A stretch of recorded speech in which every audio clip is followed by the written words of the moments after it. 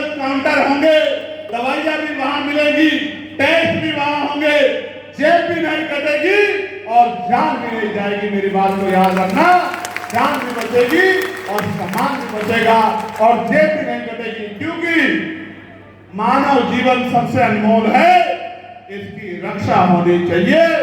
मैंने अपने पिता को अपने हाथों में खो दिया था, पैसे की कमी के कारण। किसी और के पिता की, किसी बहन की, किसी भाई की, किसी के पति की, किसी की माँ की, किसी के बच्चों की जान ना जाए, इसका फैसला हमें करना पड़ेगा, वरना वो दिन दूर नहीं कि पैसे की कमी के कारण या सुविधा के कारण मेरे लोकसभा क्षेत्र नगीना में, बिजनौर में मुझे जान के बड़ी तकलीफ हुई। मैंने अधिकारियों को बहुत फटकार लगाई कि डायलिसिस चल रहा था, एक मुस्लिम भाई 26 साल का डायलिसिस चल रहा था, लाइट चली गई, जनरेटर में तेल नहीं था, उसकी तड़प तड़प के जान चली गई डॉक्टरों की लापरवाही की वजह से।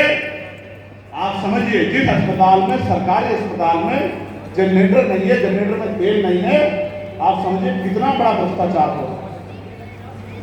इसलिए ये पहली घटना नहीं है, इससे पहले भी गोरखपुर में बहुत जगह पे इलाज की कमी के कारण, ऑक्सीजन के कमी के कारण बहुत सारे लोगों की जान गई, बहुत सारे बच्चों की जान गई। दूसरा, एक क्रांति और करनी है, सरकारी स्कूलों की हालत बदलनी। और आपने देखा, ये सरकार तो सरकारी स्कूल बंद कर रही है, 22,000 है, 22,000 सरकारी स्कूल बंद करने का काम ये उत्तर प्रदेश की सरकार कर रही है। आप मुझे बताओ, कटियार साहब आप प्रोफेसर हैं, सरकारी स्कूल में किसके बच्चे पढ़ते हैं बताओ? अमीरों के या गरीबों के? ईमानदारी से बताओ। गरीबों के, किसानों के, मजदूरों के भविष्य बदलता स्कूल से। मैं प्राइमरी स्कूल में पढ़ के आया हूं, मैं सरकारी स्कूल में पढ़ा, इंटर कॉलेज तक मैंने ग्रेजुएशन सरकारी स्कूल में की है। जब मेरे जैसा आदमी सरकारी स्कूल से पढ़ के वकील बन सकता है, लोकसभा का सांसद बन सकता है, उन सरकारी स्कूलों को एक योजना के तहत बंद किया जा रहा है कि सरकारी स्कूल बंद हो और प्राइवेट स्कूल वालों की मौज आए, सरकार को डोनेशन मिले और गरीबों के बच्चों का भविष्य खराब हो जाए। किसान का बेटा किसान ही बने और मजदूर का बेटा मजदूर ही बने, मजदूर का बेटा वकील, डॉक्टर, इंजीनियर, IAS IPS ना बने। ये एक सोची समझी साजिश है, हमें ये समझना पड़ेगा। इसलिए मैंने पार्लियामेंट में कहा कि भाई एजुकेशन पॉलिसी अच्छी होनी चाहिए। सबके पास समस्या है, सब कहते हैं ये समस्या, ये समस्या। मैंने पार्लियामेंट में समस्या का जिक्र नहीं किया, मैंने समाधान का जिक्र किया। उन्होंने कहा कैसे अच्छी करोगे?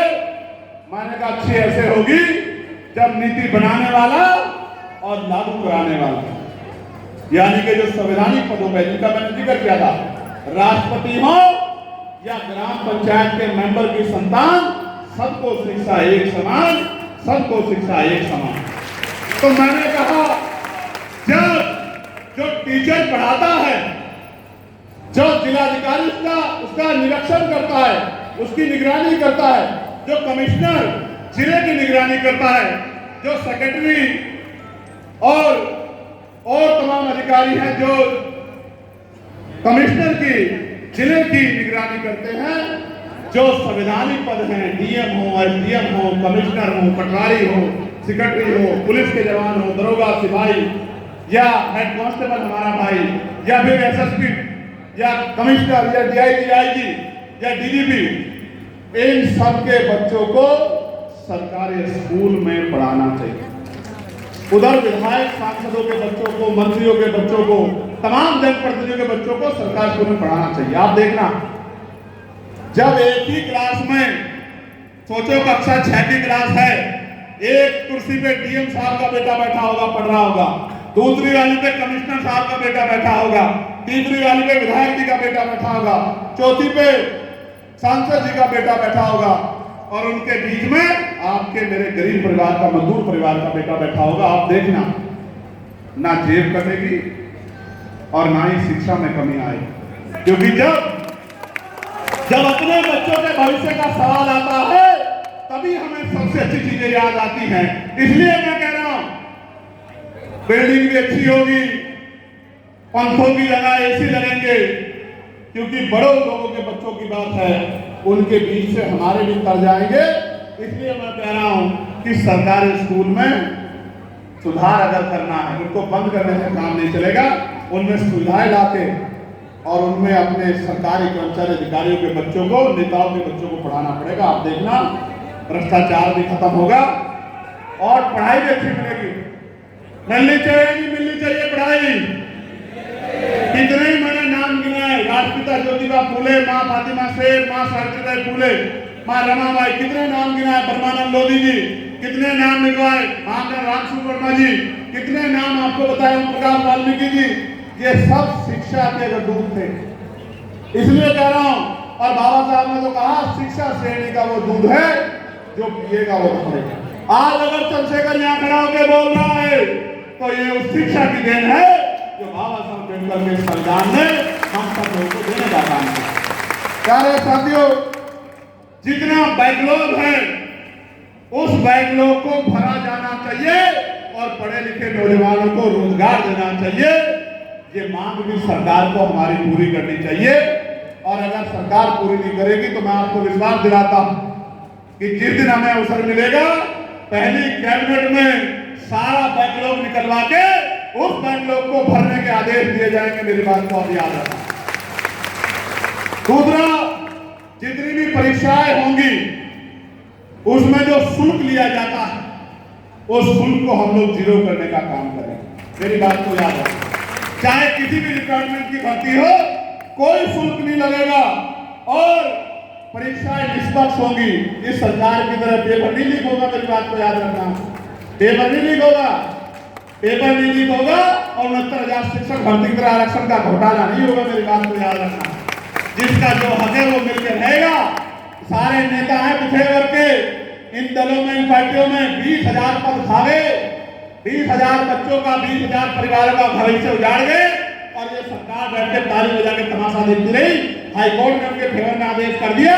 मैं 5 दिन तक लखनऊ के जमीन पे पड़ा रहा, आंधी तूफान में, गर्मी में, तब जाके वो पद मिले थे। हाईकोर्ट ने हमारे पक्ष में ऑर्डर कर दिया, सरकार सुप्रीम कोर्ट चली गई, ये देना नहीं चाहती। मेरी बात को आप याद रखना। ये तो आपको जमीन पे लिटा के और ना तो दूसरों से पीटना चाहती है। सरकार को आप समझने का काम करो।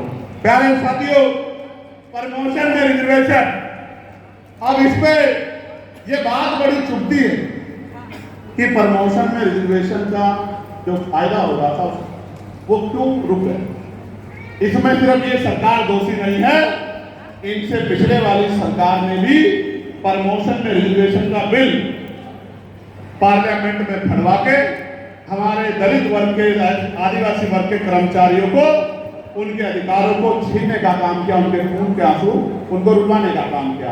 अगर इनकी जगह में होता तो मैं कहता SC ST के साथ OBC और माइनॉरिटी को भी जोड़ लो, इनको भी प्रमोशन में रिजर्वेशन का लाभ दो, इनको भी प्रमोशन रिजर्वेशन का लाभ देके मुख्य पदों पे जाने का मौका दो। मैं आपको विश्वास दिलाता हूं, प्रमोशन में आरक्षण SC ST OBC को हम लोग दिलाते रहेंगे, माइनॉरिटी को। मेरी बात को आप याद रखना, लिख के रखना। और पुरानी पेंशन को जिस तरह खत्म किया गया, आज हमारे साथ सचान जी हैं। सचान जी जैसे सीनियर लोग पुरानी पेंशन की वजह से हर परिवार में सम्मान का जीवन प्राप्त करते थे। तुलसीराम जी सम्मान का जीवन प्राप्त करते थे, परिवार में भी इज्जत होती थी और संघर्ष करने वालों की मदद भी कर पाते थे। लेकिन पुरानी पेंशन खत्म करके इस समाज की रीढ़ तोड़ने का काम अगर किया तो इसी सरकार ने, जो केंद्र और राज्य में, इसी सरकार ने काम करने का काम किया। तो मैं आपको विश्वास दिलाता हूं कि पुरानी पेंशन को लागू कराने के लिए हम लोग पूरा प्रयास करेंगे कि पुरानी पेंशन लागू हो जाए। प्रत्येक गांव में पक्की सड़कें बनाने के लिए, और जो बिजली का बिल है, आप बताओ, बिजली विभाग को निजीकरण की भेंट चढ़ा रहे नहीं चढ़ा रहे? देखा नहीं देखा? मैं सुना नहीं सुना? आज 1 लाख परिवारों को उनकी सरकारी नौकरी छीनने का और तमाम तरह से जो, आप सुनना मेरी बात को, क्यों कर रहे हैं प्राइवेट? आपको पता है? जानना चाहते हो? बिजली प्राइवेट होगी तो महंगी होगी तो गरीब लोग सोलर की तरफ भागेंगे। और सोलर का काम किसके पास है?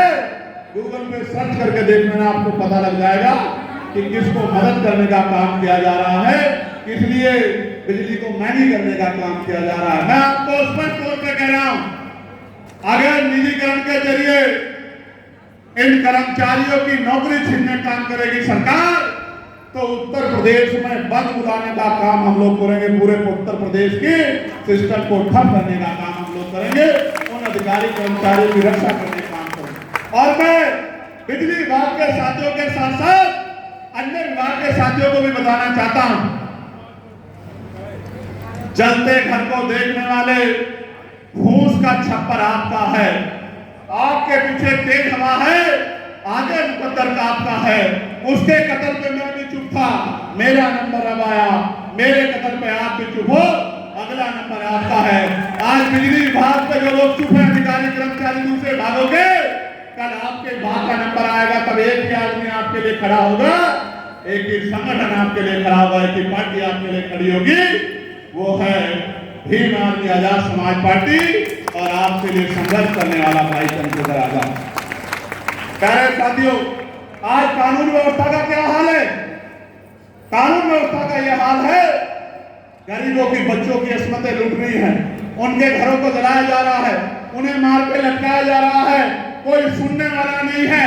कौशाम्बी में क्या हुआ? कौशाम्बी में जिस परिवार को अपमान झेलना पड़ा, उसी परिवार के लोगों को जेल जाना पड़ा। कौशाम्बी में पाल समाज के लोगों के साथ क्या हुआ? हमारी टीम वहां गई थी और बहुत जल्द मैं भी कौशाम्बी के परिवार से मिलने के लिए जाऊंगा। इस मंच से आपको ऐलान करके कह रहा हूं, उनकी लड़ाई लड़ने का काम करूंगा। मैंने मांग की है उसमें सीबीआई जांच हो। सरकार अगर सच्ची है तो सीबीआई जांच करा दे, दूध का दूध पानी का पानी करा दे। अगर जो दोषी हो उस पर कार्रवाई होनी चाहिए, लेकिन सरकार के दम पे दोषियों को बचाने का काम सरकार ना करे, इसके परिणाम घातक होंगे। ये दिन पाल समाज पिछड़ा वर्ग जा गया, ये कुर्सी भी आपके नीचे से खींच लेगा, जिस कुर्सी में बैठ के उद्दम कर रहे हो, दमन कर रहे हो। मेरी बात को याद रखो, एक घटना नहीं है। आप कोई सा जिला उठा लो उत्तर प्रदेश का, रोज हत्याएं हो रही हैं, रोज हत्याएं हो रही हैं, रोज घर जलाए जा रहे हैं, रोज जमीन छीनी जा रही है, रोज मारा पीटा जा रहा है जाति के आधार पे। और इस कानपुर में आ जाओ, दूर क्यों जाते हो? सीएमओ ईमानदार था तो निलंबित हो गया, हो गए कानपुर में, हुआ भी हुआ, कल ही तो हुआ है शायद, कल परसों में ही तो हुआ, भूल तो नहीं गए। सीएमओ को कह रहे हैं सिस्टम का हिस्सा बन जाओ। कौन से सिस्टम का हिस्सा बनाना चाहते हो? सीएमओ ने कहा सिस्टम का हिस्सा नहीं बनूंगा। सीबीआई ने जिस संस्था को चार्जशीट दी है उसको काम नहीं दूंगा, तो सीएमओ निलंबित हो गए। और सीएमओ बेचारे पीसी करके कह रहे हैं कि मेरे साथ अन्याय हो गया, और आधी सरकार उनकी तरफ है और आधी सरकार दूसरे की तरफ है। और मैं यहां से सीएमओ साहब को कहना चाहता हूं, समाज में रहोगे तो आपकी तरफ आंख उठाने से पहले 1000 बार चंद्रशेखर आजाद से लड़ना पड़ेगा सरकार के जाने। और अगर उन्हीं के गुणगान गाओगे, उन्हीं की बात बोलोगे, उन्हीं की बोली बोलोगे, उन्हीं के विचार में रम जाओगे, तो निलंबित नहीं होंगे, तमाम तरह का अपमान सहना पड़ेगा, कोई पूछने नहीं आएगा। मेरी बात को याद रखना, संदेश के तौर पे कह रहा हूं। इस मंच से सीएमओ के माध्यम से तमाम अधिकारी कर्मचारियों को कह रहा हूं, पिछड़े दलित वर्ग के, मुस्लिम समाज के और न्याय पसंद हर समाज के अधिकारी कर्मचारियों को कह रहा हूं, अभी भी वक्त है। आप बहुत बड़ी जिम्मेदारी आप